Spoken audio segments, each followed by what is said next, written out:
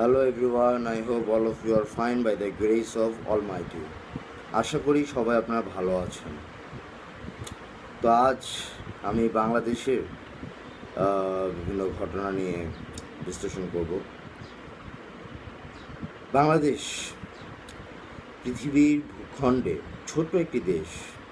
1971 সালে আমাদের জাতিজনক বঙ্গবন্ধু শেখ মুজিবুর রহমানের নেতৃত্বে বাংলাদেশ স্বাধীনতা লাভ করে। কিন্তু অত্যন্ত দুঃখের কথা যে 75-এ নির্মূল ঘাতকদের হাতে তাকে সপরিবারে শাহাদাত বরণ করতে হয়। তার অনেক স্বপ্ন ছিল বাংলাদেশকে নিয়ে, বাংলাদেশের মানুষকে নিয়ে, বাংলাদেশের ডেভেলপমেন্ট নিয়ে। তো তার এই স্বপ্ন ফুলফিল করার জন্য বর্তমানে মাননীয় প্রধানমন্ত্রী জননেত্রী শেখ হাসিনা দিনরাত পরিশ্রম করে যাচ্ছে তার বাবার স্বপ্ন ফুলফিল করার জন্য। কিন্তু এর মাঝে অনেকগুলো বাধা আছে, অনেকগুলো বাধা তৈরি করছে ওই 71-এ স্বাধীনতা বিরোধী চক্রগুলো। যাই হোক, আজকে আমি বাংলাদেশ সরকারের বেশ কিছু সাফল্যের কথা তুলে ধরব। একটি সময় ছিল যখন নাকি বাংলাদেশ বলতে দারিদ্র ইত্যাদি বোঝাতো। তো বর্তমানে বাংলাদেশকে কেউ দরিদ্র দেশ বলতে পারে না। বাংলাদেশ বর্তমানে একটি উন্নয়নশীল দেশ। তো আমি কিছু পয়েন্ট আকারে জিনিসগুলো বিশ্লেষণ করব। নাম্বার 1, বিএনপি জামাত যখন ক্ষমতায় ছিল বাংলাদেশে, তখন একটি মোবাইল সেটের দাম ছিল 70 থেকে 1 লাখ টাকা। কিন্তু বর্তমানে আমাদের মহাজোট সরকারের অবিস্মরণীয় উন্নতির কারণে আমরা খুবই সুলভ মূল্যে আমরা মোবাইল ফোন, স্মার্টফোন ইত্যাদি খুবই কম মূল্যে আমরা পেতে সক্ষম হচ্ছি। আজকে 20 থেকে 22,000 টাকা বাজেট রাখলেই আমরা খুব ভালো একটি হ্যান্ডসেট পেতে পারি। সেটা আপনারা জানেন নিশ্চয়ই। সব কিছু সম্ভব কিন্তু হয়েছে মহাজোট সরকারের কারণে। নাম্বার 2,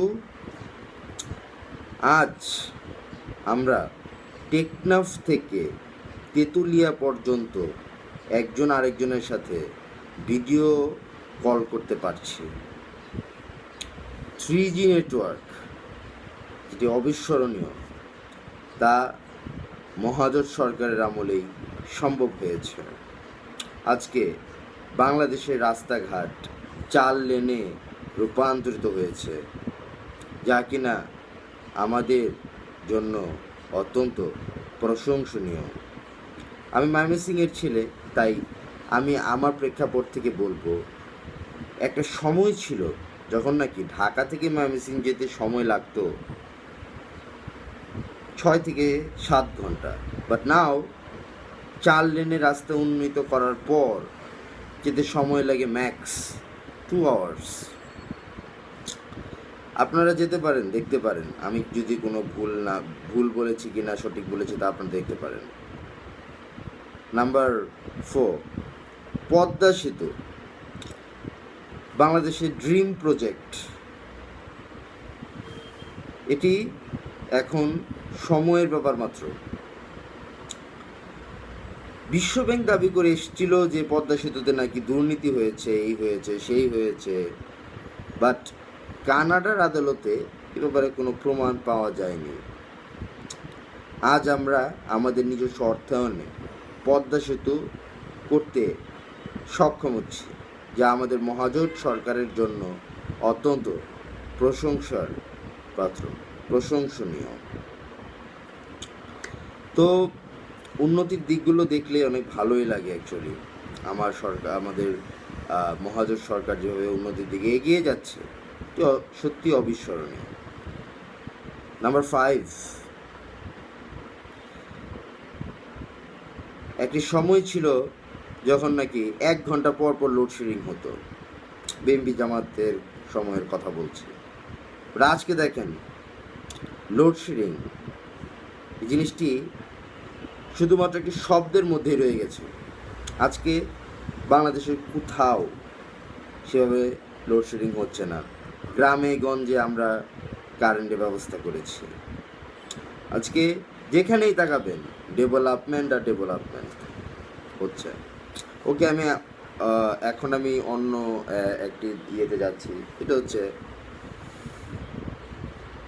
কয়েকদিন আগে আপনারা সবাই জানেন যে আমাদের মাননীয় প্রধানমন্ত্রী দেশরত্ন শেখ হাসিনা ভারত সফর করেছেন। তো তার এই সফরকে কেন্দ্র করে আমাদের এই যে পাকিস্তানি পার্টি, আমাদের নালিশ পার্টির নেত্রী খালেদা জিয়া বলেছেন দেশকে নাকি বিক্রি করে দিচ্ছেন। ওনার কাছে আমার একটা প্রশ্ন, আচ্ছা দেশ বিক্রি হয় কিভাবে? কিভাবে দেশ বিক্রি হয়? আপনি কি ভুলে গেছেন যে নাকি বর্তমানে এই সরকারটিকে পরিচালনা করছে তিনি আমাদের জাতির জনক বঙ্গবন্ধু শেখ মুজিবুর রহমানের কন্যা। সে যতদিন ক্ষমতায় আছে ততদিন কখনোই আমাদের দেশ হবে না। আচ্ছা, আপনি বলেছেন দেশ বিক্রি হয়ে গেছে, তা আপনার কাছে আমার একটি প্রশ্ন পরিশেষে, সেটি হচ্ছে আচ্ছা দেশ যদি সত্যি বিক্রি হয়ে থাকে তাহলে কি আমরা কি সবাই এখন বর্তমানে বিদেশি? এই প্রশ্নটি আপনার কাছে রইল। সবাই ভালো থাকবেন, সুস্থ থাকবেন। জয় বাংলা, জয় বঙ্গবন্ধু। বাংলাদেশ চিরজীবী হোক।